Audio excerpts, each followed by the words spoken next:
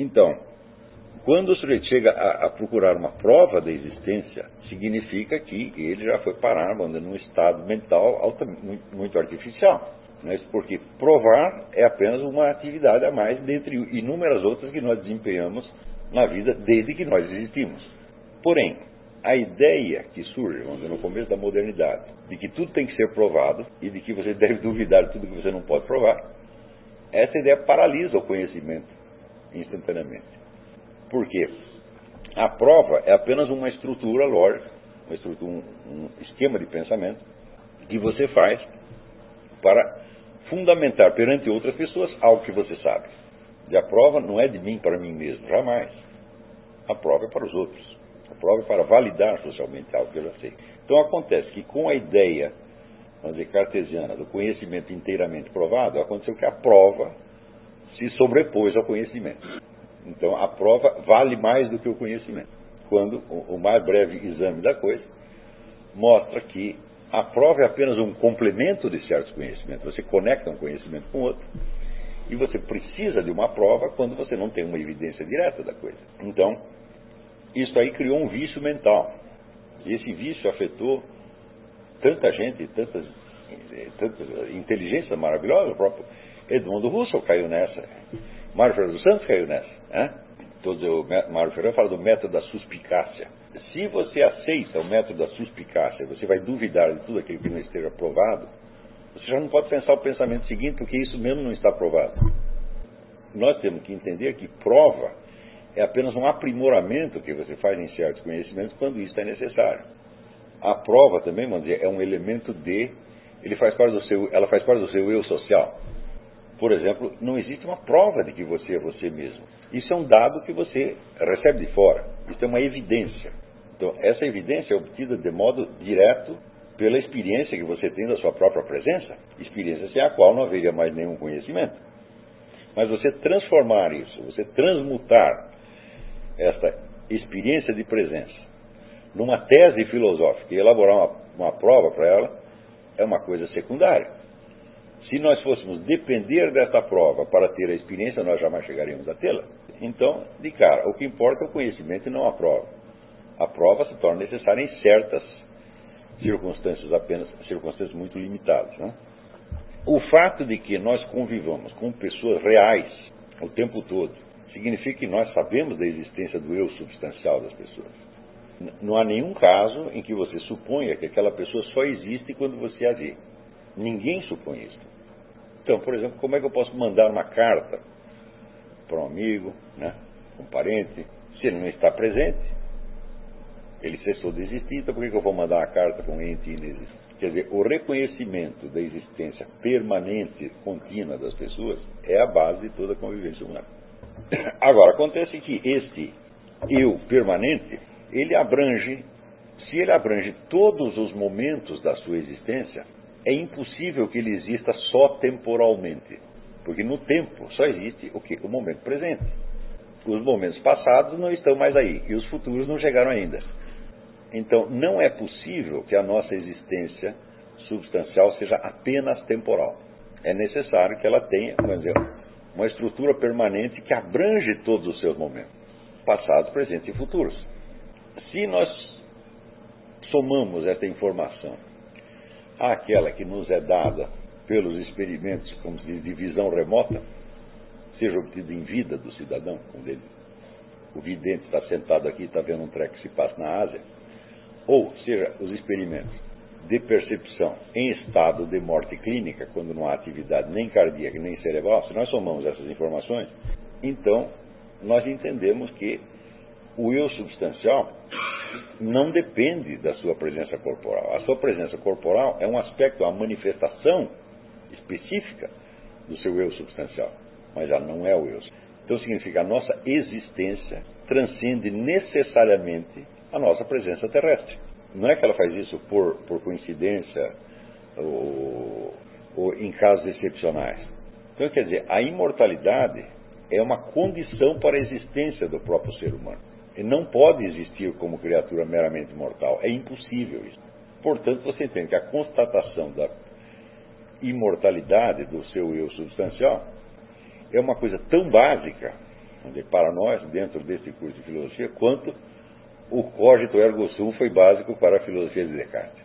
Por isso que eu escrevi aquele texto, a imortalidade, como base do método filosófico. A consciência de, não a imortalidade, mas a consciência de imortalidade. Quer dizer, se o indivíduo não entendeu a sua imortalidade, ele não entendeu a sua modalidade de existência, a forma da sua presença ante a presença do ser. Agora, vocês imaginem, façam para si mesmo a seguinte pergunta. De todas as filosofias, teorias científicas que tentaram, de algum modo, descrever e explicar a sociedade humana, a história humana, quantas levam este dado em conta? Quase nenhuma. 2 ou 3. Uma filosofia da história que leva esse dado em conta é a de Santo Agostinho. Então, Santo Agostinho diz que nós vivemos simultaneamente em 2 planos históricos diferentes. Há o plano da história terrestre, que é escandido, é cortado a todo momento pela morte dos seus personagens. Quando um sujeito morre, o que sobra dele para os seguintes? Sobra somente aquilo que teve algum registro exterior, que possa ser, a qual as gerações seguintes possam ter acesso. Por exemplo, um governante morto que assinou um decreto e que as pessoas continuam obedecendo o decreto depois da morte dele. Por que continuam obedecendo o decreto? Porque os auxiliares, os subordinados do governante, leem aquilo que ele assinou e eles, e não ele próprio, impõem a obediência daquele decreto. Se eles pararem de fazer isso, o decreto some. Quando uma lei é esquecida por todo mundo, não importa que ela tenha sido assinada por um governante 2 ou 3 gerações atrás, ela foi esquecida. Aqui existe um site que faz coleção de leis esquisitas que foram promulgadas antigamente, né? Por exemplo, tem uma cidade aí que tem uma lei que diz: é proibido embebedar um peixe. É uma lei, ela existe mesmo, né? Então, é claro que essa lei já foi esquecida. Se alguém lembrou disso apenas como elemento pitoresco, mas ela já não tinha mais força de lei. Do mesmo modo, digamos, os escritos, as palavras sábias do sujeito que tenha vivido, se desaparecer o registro, é que ele sumiu completamente. Então, no plano puramente terrestre, é inconcebível você falar de uma continuidade da história humana, mesmo quando há unidade de espaço, quer dizer, no mesmo local. Mesmo as coisas que se passam no mesmo lugar, não tem continuidade, a não ser que alguém force para continuar existindo essa continuidade. Por exemplo, quando Moisés desceu do Monte Sinai com as 10 tábuas da lei. Se o rabino esquecesse aquilo, Moisés não pode voltar para forçar as pessoas a obedecer. Está compreendendo?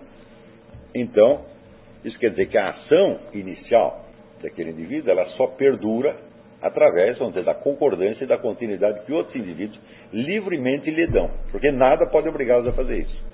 Assegurar essa continuidade é tão difícil que, normalmente, não só os ensinamentos, mas as ordens dadas por pessoas notáveis acabam se distorcendo ao longo do tempo. Elas perdem o sentido. As pessoas não sabem mais, Moisés disse assim, assim, mas nós não sabemos o que ele quis dizer exatamente com isso. Então, começam a interpretá-la de 1000 maneiras diferentes. Uns vão dizer que sim, outros vão dizer que não. E, no fim, o quanto sobra da ordem originária, do ensinamento originário, a gente não sabe. Não é possível ser reconstituído. Por exemplo, você imagina, eu estudei bastante Aristóteles e estudos sobre Aristóteles, que é uma bibliografia imensa. E eu vejo ali as divergências cabeludas que existem na interpretação de Aristóteles. Eu digo, então nós nunca estamos seguros de se nós estamos realmente seguindo o ensinamento de Aristóteles ou a interpretação que alguém fez de Aristóteles. Então, basta aí esses detalhes para você ver como não se pode falar, dificilmente se pode falar de uma continuidade substantiva da história humana. Você pode dizer que existe uma continuidade intencional, quer dizer, as pessoas continuam fazendo as coisas e elas acreditam, elas têm a intenção de que aquilo reflita uma continuidade. Por exemplo, cada padre que está lá fazendo a pregação, rezando missa, ele acredita que ele está seguindo o ensinamento do nosso Senhor Jesus Cristo. Mas vocês vejam as divergências que existem entre as várias igrejas protestantes, da protestante à católica, a ortodoxa, a protestante à católica. Assim, então são 1000 ensinamentos diferentes que cada um acha que é ensinamento do nosso Senhor Jesus Cristo. Mas ele não pode ter certeza absoluta disso. Então existe uma continuidade intencional, uma continuidade, para assim dizer, imaginária. Agora, imaginem também, vamos dizer, culturas que se ignoraram uma à outra, que nunca uma soube da outra, que não tiveram contato nenhum. Nada. E que se desenvolvem, elas Nascem, crescem, morrem, desaparecem, sem que a outra tenha ficado sabendo de nada. Quer dizer, como é que nesse sentido nós poderíamos falar de uma história da humanidade? Não há história da humanidade nesse plano, né? No entanto, se você encarar, isso aqui eu estou seguindo ainda o raciocínio de Santo Agostinho, se você souber que cada um dos personagens envolvidos é uma alma imortal, e que o sujeito, embora não esteja presente na Terra, continua existindo. Então você entende que neste outro plano, que é a história das almas imortais, quer dizer, a história do que os seres humanos são realmente, e não a história daqueles sinais que eles deixaram espalhados na Terra, nesse sentido, aí nós temos uma história efetivamente. Aí você tem biografias completas, uma continuidade completa e assim por diante. Ou seja, a história terrestre só existe no plano celeste. Essa é a concepção de Santo Agostinho, e ela é, eu acho, a única concepção cientificamente aceitável. Porque no resto, quando o pessoal, todo historiador que só leva em conta os dados terrestres, ele só pode falar de história da humanidade em termos, como diz, metonímicos. Quer dizer, ele está designando várias histórias separadas e descontínuas, é disso que ele está falando realmente, mas ele supõe, acima delas, uma outra história. Essa história só existe metonimicamente, quer dizer, ele está mencionando o todo pela parte. Então, a história, a disciplina, a história da humanidade, é apenas uma figura de linguagem. Mas, no plano da existência dos vários eus substanciais, não é uma história, não é uma metonímica, é uma história efetivamente, baseada também no fato de que todos os momentos do tempo, eles só se extinguem dentro do próprio tempo. Quer dizer, é só temporalmente que uma coisa passa. Mas o que quer que tenha acontecido se incorporou ao reino do ser. Saiu do nada e está no ser. Não pode se desfazer completamente. O que aconteceu não desacontece.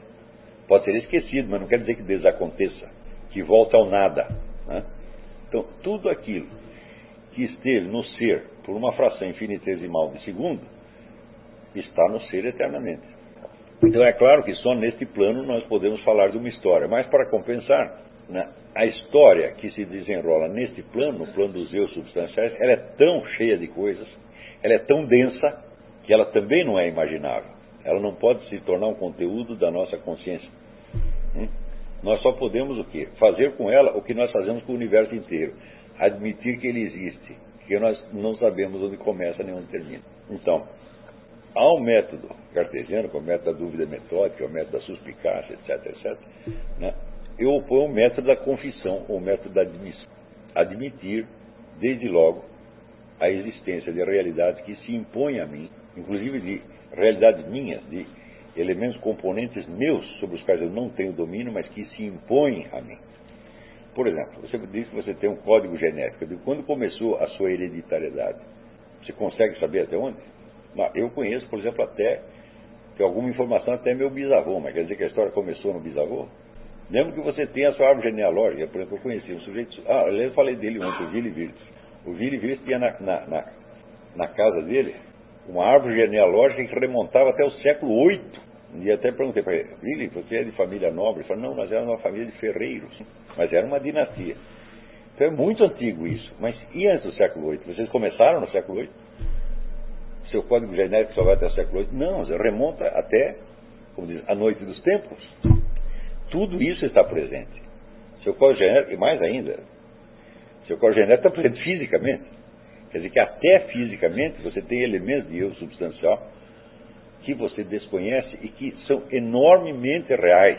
Por exemplo, isso aí quando eu digo assim, para as pessoas mais jovens, elas ficam assustadas. Eu digo, quando você faz sexo, todos os seus antepassados estão lá presentes. O processo geracional não pode continuar se uma geração foi suspensa. Então isso quer dizer, é a mesma coisa dizer, você não sabe o que você está fazendo. Ninguém sabe. Eu mesmo gerei 8 filhos, não sei de onde eles saíram. Não tenho a menor ideia de onde eles vieram. Claro que depois que inventaram os preservativos, as pessoas fazem de conta, que não tem ninguém mais ali, é só eles. Mas essa impressão deriva do fato de que você, cortando a possibilidade das consequências, você elimina a presença ativa dos antecedentes. Quer dizer, uma situação teatral, montada. Então isso quer dizer que não há o contato bioquímico entre os corpos. Está entendendo? Então isso aí de fato não é uma relação sexual. É uma masturbação. Não digo que não seja divertido, mas, vamos dizer, é apenas um teatrinho que você montou. Você está fingindo que teve relações sexuais. Né? Quer dizer, a relação sexual sem dizer, o aporte bioquímico inteiro não é uma coisa completa. Quer dizer, fundamental nas relações sexuais é a possibilidade que está sempre aberta de que aquilo gere uma modificação imensa no corpo da mulher. Não há uma só mulher que não considere que ela ter um filho é o momento mais importante da vida dela. Muito mais importante que casar. Ela só casa para isso. O marido só serve para isso. Então, dentre os muitos elementos teatrais que compõem a vida atual, todos eles contribuem para que as pessoas participem de certas ações sem ter consciência, vamos dizer, da intensidade e da plenitude dos elementos envolvidos. Então, aos poucos, né, as várias ações humanas vão todas se tornando teatro, tudo se torna imitação de alguma coisa. E até a gente esse é um assunto, quer dizer, o simulacro é um dos elementos fundamentais da cultura contemporânea. Então, como as pessoas vivem num universo de simulacros, então, às vezes você informar para elas que elas têm um eu substancial e que elas existem mesmo, né, é uma coisa que elas nunca tinham parado para pensar. E, no entanto, mesmo estas pessoas, que podem viver quase que o tempo todo no universo de simulacros, elas sabem que as pessoas com quem elas convivem são reais. Mesmo essas.